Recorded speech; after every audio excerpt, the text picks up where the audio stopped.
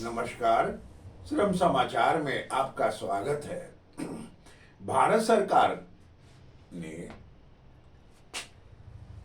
अपने केंद्रीय सेवा में जो महिलाएं कार्य करती है तो उनके पेंशन में कुछ बदलाव आया है। अब आप इसका नाम देखें। इस एक्ट का नाम है केंद्रीय सिविल सेवा पेंशन अधिनियम 2021।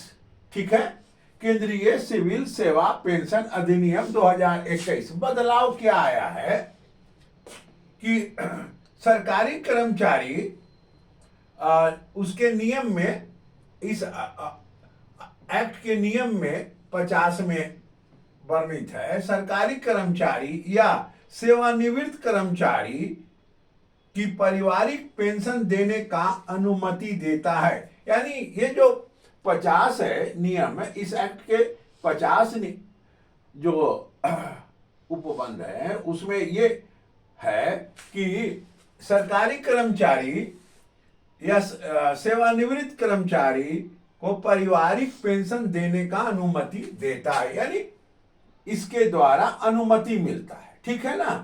पहले पेंशन में व्यवस्था था कि अगर पत्नी काम कर रही है तो पति को पेंशन मिलता था, पति काम कर रहा है तो पत्नी को पेंशन मिलता था।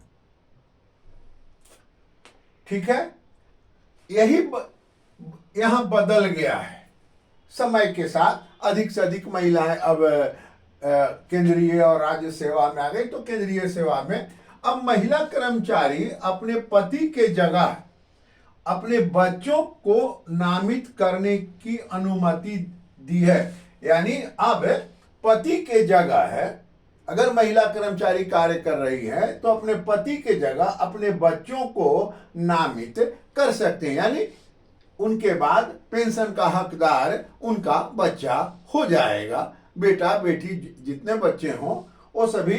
अब उसका देखिए उसका कारण क्या है। इस संगठन में ये विषय आया, यानी पारिवारिक कारण क्या है?